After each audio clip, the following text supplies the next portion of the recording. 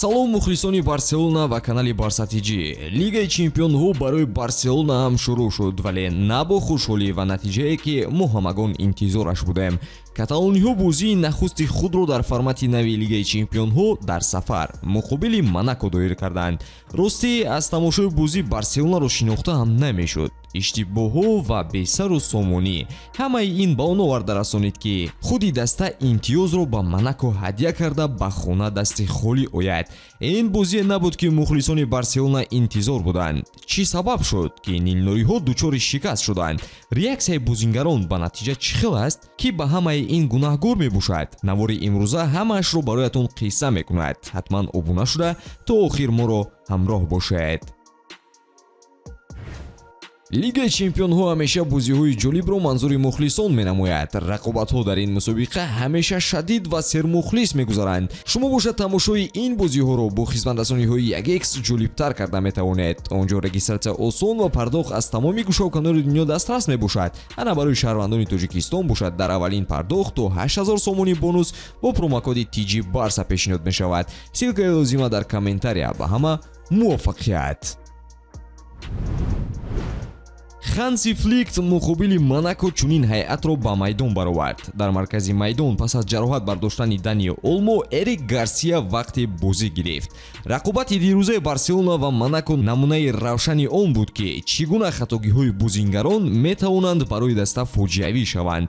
Аз оғози бозӣ каталониҳо бо мушкилоти ҷиддӣ рӯбарӯ шуданд. Аллакай дар дақиқаи 11 Эрик Гарсия корти сурх гирифт ки Барсаро дар ақаллият гузошт. Сабаби ин рӯйдод хатогии Штеген буд ки Гарсия барои ислоҳи ҳолат маҷбур буд дағал бозӣ кунад. Ин зарбаи воқеӣ ба рӯҳияи ҳайат буд, зеро рақиб Монако фавран бартариро истифода бурд ва лаҳза ба лаҳза хатар эҷод мекард. Голи нахуст ҳам аз ҷониби бозингарони Монако ба самон расонида шуд. Дар дақиқаи 16 Магнес Аклиуш тавонист дарвозаи нилнориҳоро рахна кунад.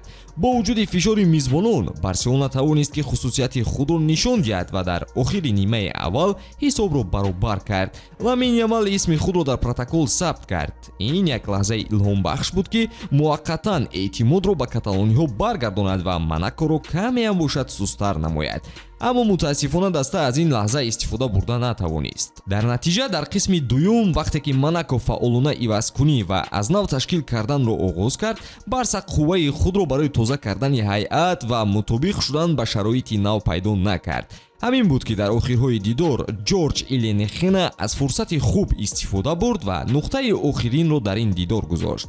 натиҷаи ниҳоӣ метавонад бисёриҳоро ба ҳайрат орад агар бозиро танҳо бо ҳисобаш дида бошанд, аммо мазмуни он комилан дигар буд. Барселона нишон дод ки дар сафи худ истеъдод ва потенсиал вуҷуд дорад, аммо хатогиҳо ва набудани тамаркуз дар лаҳзаҳои асосӣ ҳалкунанда шуданд. Штеген баъди бозӣ ҳолати пешомадаро чунин шарҳ дод: ман бо Эрик якдигарро нафаҳмидем ва барояш афсӯс мехӯрам. Ин бояд рух намедод, вале футбол ҳамин аст. Ин мағлубияти дарднок бароямон буд. Бо 10 нафар ҳама қувваамонро сарф кардем. даъватро қабул кардем, вале ғамгинем ки бе ягон хол ба хона бармегардем. мо чанд лаҳзаҳои хуб доштем, аммо дар ниҳоят мо кӯшиш кардем ки мудофиаи мукаммалтарро нигоҳ дорем. корти сурх бозиро комилан тағйир дод. мо бояд мағлубиятро қабул кунем. ман ба даста гуфтам ки набояд тамаркузро аз даст диҳем. рӯзи якшанбе мо боз як бозии дигар дорем. мо метавонем дар Лигаи Чемпионҳо хуб бозӣ кунем, чунки 7 бозии дигар дорем. мо ба ҳадафҳои худ хоҳем расид.